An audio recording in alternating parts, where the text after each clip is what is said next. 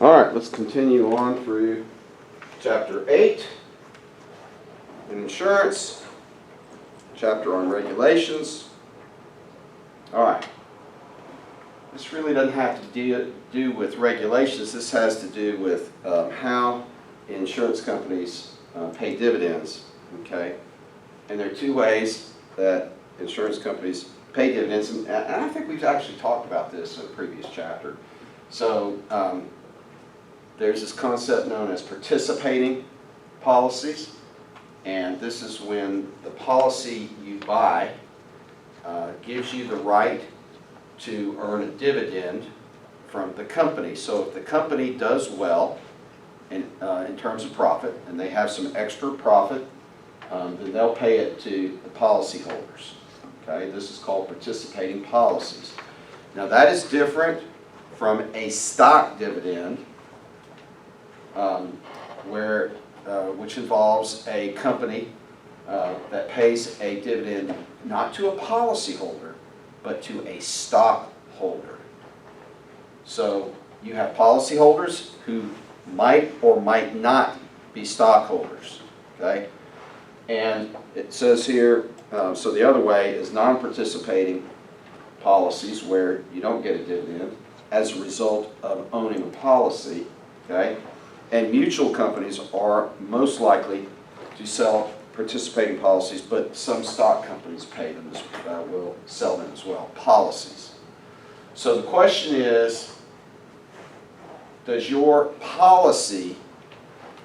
owning a policy give you the right to a dividend, or does your stock ownership give you the right to a dividend? So don't get them confused. Mutual companies do not have stockholders. Mutual companies are owned by the policyholders. That's why mutual companies are more likely to pay a dividend to the policyholders. Mutual companies are more likely to sell participating policies. You want a dividend from a stock-owned company, you got to own the stock. Okay? All right, and the dividend decision, whether to be participating or not, is a marketing decision. If you want to sell a policy, then make it participating as a competitive advantage. People might be more inclined to buy a policy from you if they think they're going to get a dividend. And one thing that's important about this, and interesting, is that if you receive a dividend on a participating policy, that dividend is tax exempt. It is considered to be a return of part of your premium. Okay? Whereas if you get a dividend from a stock company because you own the stock, that dividend is taxable. It is not considered to be a return of premium. And that's a question on the licensing exams. All right. It's important to note that many states limit the amount of surplus a participating life insurer can retain. So this is an interesting concept. On the one hand, regulators want to make sure that you have enough surplus to be viable and solid. On the other hand, they don't want you to gouge customers, and so they require you, if you're participating, to return some of your surplus. Okay? So there's a balancing act, and that involves judgment. And anytime you have judgment, you have politics. Anytime you have politics, you have conflict. All right. All right, so insurers have to file annual reports and quarterly reports in the states where they do business. Okay? And these reports are examined, and then the department will assume control of insurance companies that they determine to be financially impaired. So part of regulating is laying out the process for dealing with troubled insurance companies. Everybody needs to know these are the ratios and reserves that you must maintain. If you don't maintain them, this is how we will proceed. Okay? All states do have guarantee funds that are set up to protect the insured, to protect customers, make sure that claims are paid. Okay? The last thing you want is for the customers to suffer because the insurance company was mismanaged. And these funds are funded, these guarantee funds are funded by the insurance companies themselves. And as is the case with most government guarantee organizations, there's a limit as to how much they're going to pay out. So they're going to give the customer part but not all of their claims. And they do that to keep it affordable. Okay? So it's better than nothing, but it's not as good as if the company had maintained its solvency. All right. Typically, rate regulation takes a couple of different forms. Okay? So for property and casualty, there's this thing called prior approval. So the insurance department has to approve rates before insurers can use them. So if you want to increase your rates as an insurance company, you want to increase your premiums, your rates, you have to file a proposal, a form, with the insurance department, and the insurance department has to okay it. So there's no binding? Like whenever you took a picture of the, like whenever you bought a new car and you sent it to your insurance agent, that was binding, right?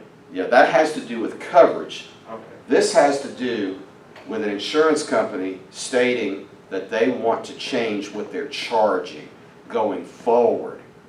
So when they change a rate, it's not retroactive. They're saying next year, beginning on such and such a date, for all policies that renew, we want to be able to charge this. And the insurance department has the right to say yes or no. Okay?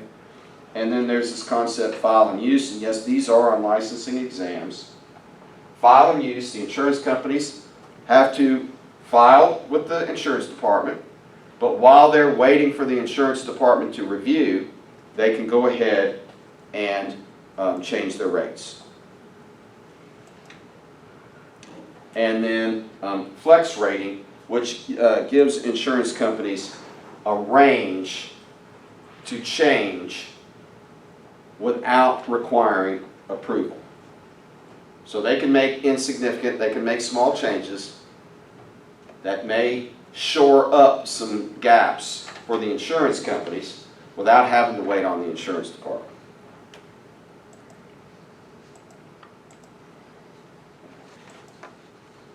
All right. A lot of states exempt insurers from filing rates for commercial accounts. Commercial accounts are very different than personal, retail, residential accounts, because commercial accounts have unique circumstances. Okay? You can classify and categorize residential, retail accounts. Okay? You can group them together. But it is much more difficult to group together commercial accounts because every situation is unique in terms of size and in terms of hazards and things like that. So when you're doing commercial insurance, you have to have an expert come in and survey your business and understand what they're dealing with. Then they go back to the underwriting team with a detailed description of the situation, and the underwriters decide whether it's a risk they can take on and at what price. And so it's not nearly as cookie cutter commercial as retail is. So you've got to enable the insurance companies to have autonomy and to be able to react to requests for proposal. Okay? Life insurance rates are not directly regulated by states, the rates themselves, okay? But what they do, what the regulators do, is they impose some pretty severe reserve requirements, and that keeps the life insurance companies from cutting rates too much, okay? And again, there are two sides to regulating rates. One is to make sure they're adequate, the other is to make sure they're not gouging. Which side does the regulators emphasize? And that would be the side of making sure that rates are adequate. You want to make sure that there's not cutthroat competition in order to gain market share, and then the rates aren't adequate and the company fails. The regulators are counting on competition in the marketplace to keep rates from getting too high. But they see that they need to step in more often to make sure that rates don't get too low. Okay?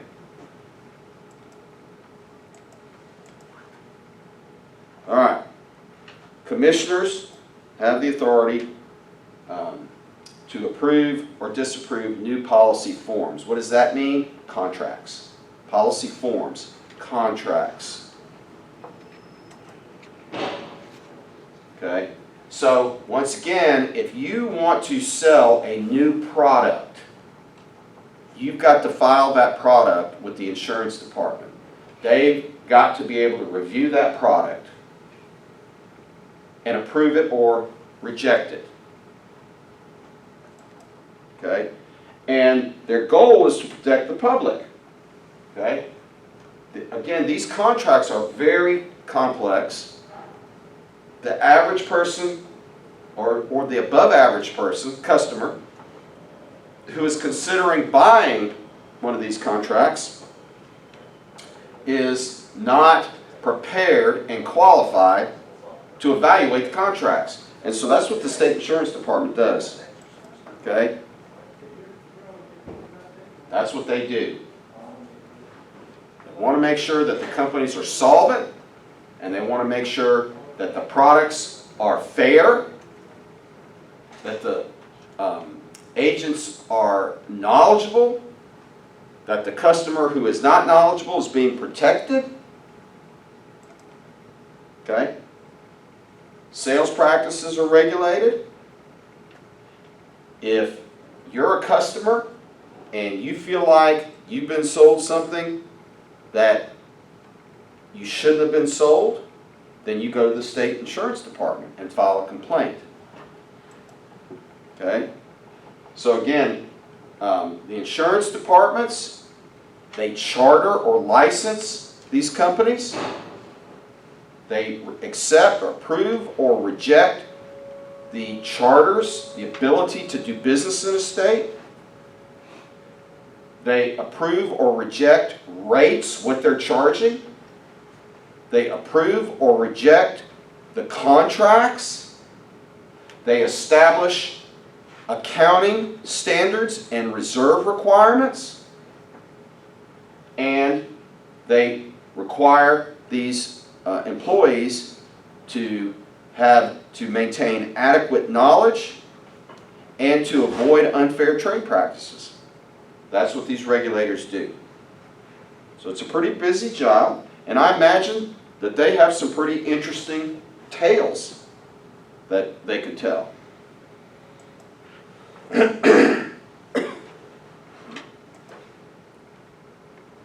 So you have to get initial licensing, and frankly, it's not that challenging. Okay, depending on what area you're talking about, they require a certain amount of education, insurance education, which you can take in college or you can take in seminars. Okay, so you can be an art major or a Bible major and contact the insurance department and say, okay, what is required for me to sit for the life insurance licensing exam? And they'll tell you, you've got to have the equivalent of a 3-hour course in insurance, and you can get that in a 2-week seminar, or maybe, depending on which license you're going for, maybe a weekend seminar. where you spend 4 hours on a Friday afternoon and 8 hours on a Saturday and 4 hours on a Sunday, and you've got enough hours. And that's the way the real estate exam is too. You can do it over a weekend, get enough education, go in and take the test. They're not teaching you how to be good insurance agents. Okay, they're making sure that you know the minimum that you need to know to stay out of trouble. Okay? And then you have to get continuing education during the year. All right, unfair trade practices, misrepresentation, twisting, and rebating. So let's define those. So twisting is when you induce a policy owner to drop an existing policy and replace it with a new one. Why do you do that? Commission. Investment brokers do it with investment products for the same reason, and insurance agents do it with insurance products. And my buddy who's going to come in and talk to you might tell you the story of a guy here in town. One of his clients, one of my friend's clients, left and went across town, and the guy across town sold him a policy to replace a policy he already had, and he was within like 2 years of getting all of his premiums refunded. And we'll look at a life insurance product that does that. And my buddy called the insurance agent and just chewed him out for doing it. You know, shame, shame, shame on you for doing that. The guy was within like 2 or 3 years. He'd been paying on the policy for like 15 years. And he was within 2 or 3 years of getting his premiums refunded. And he canceled the policy. That was for commission only. All right. So it's to the detriment of the policyholder, and policyholder will probably pay higher premiums, particularly if it's life insurance, because they're older now, and they have to go through the 2-year period on suicide. It is not a good thing. Okay? Twisting. All right, rebating. Giving an individual a premium reduction or some other financial advantage not stated in the policy as an inducement to purchase the policy. I'll tell you a quick story about that. So my dad had an insurance agency for about 15 years. He told me he was working with a nice mid-sized company on their employee benefits package, group health in particular. That's what he kind of specialized in, group health. And the company brought several people in. It's called an RFP, request for proposal. And my dad was one of them. And he went through the process, and he made the finals. And the CEO of the company called him up and said, come meet with me because we're going to do business. So they sat in the office, and the CEO looked at my dad and said, what's my kickback going to be? Dad said, what do you mean? What does that mean? What are you talking about? He goes, how much are you going to give me of your commission to do the deal with you? And Dad said, that's rebating. It's against the law. I can't do that. And the guy said, I've been getting a 20% cut, ever since I've been doing business. What's the problem here? And Dad said, I can't do that. I'll lose my license. They'll shut my company down. And the guy said, then we're finished talking. And Dad walked out. He came home, and at dinner that night he told me the story, which I am now telling you.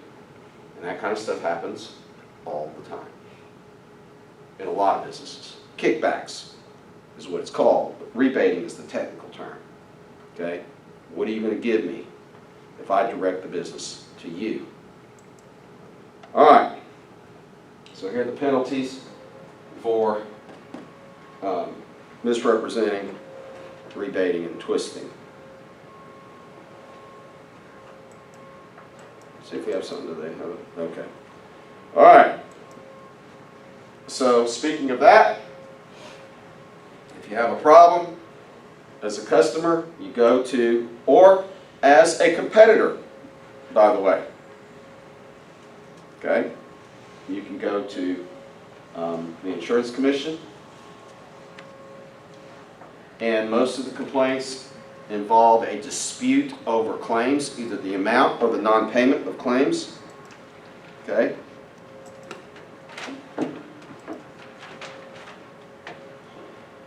Insurance companies do pay different taxes.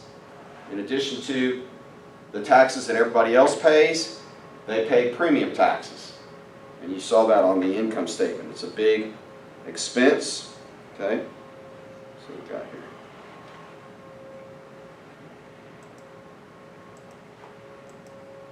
All right. As we said, insolvency is a big issue. Why do companies go insolvent? Well, they don't charge adequate rates. How does that happen? Well, it can be intentional or unintentional. Intentional is they want to capture market share, so they undercut their competitors, and they don't pay attention to underwriting. Unintentional is they don't set out to do that, but their losses exceed what they anticipated. So inadequate rates, okay? Inadequate reserves for claims. Once again, this is where the losses are higher than they anticipate, and they haven't transferred risks the way they should, and the claims bankrupt them. Okay? They grow too fast, and they don't have enough capital to cover the business they're writing. Remember, you can only write as much business as the amount of risk that you can afford to take on. So you can't make promises. You know, in the insurance business, your promise is that you're going to cover claims. And you can grow and take on a lot of premiums and not have adequate reserves to cover the risk. So it's not like a manufacturing company that is selling a tangible product where what they promise to sell is something they have in hand. An insurance company is selling promises. Okay? So they better have enough capital to cover those promises. Okay? This is fraud. This is where they get their balance sheet approved by the regulators, but the balance sheet isn't real.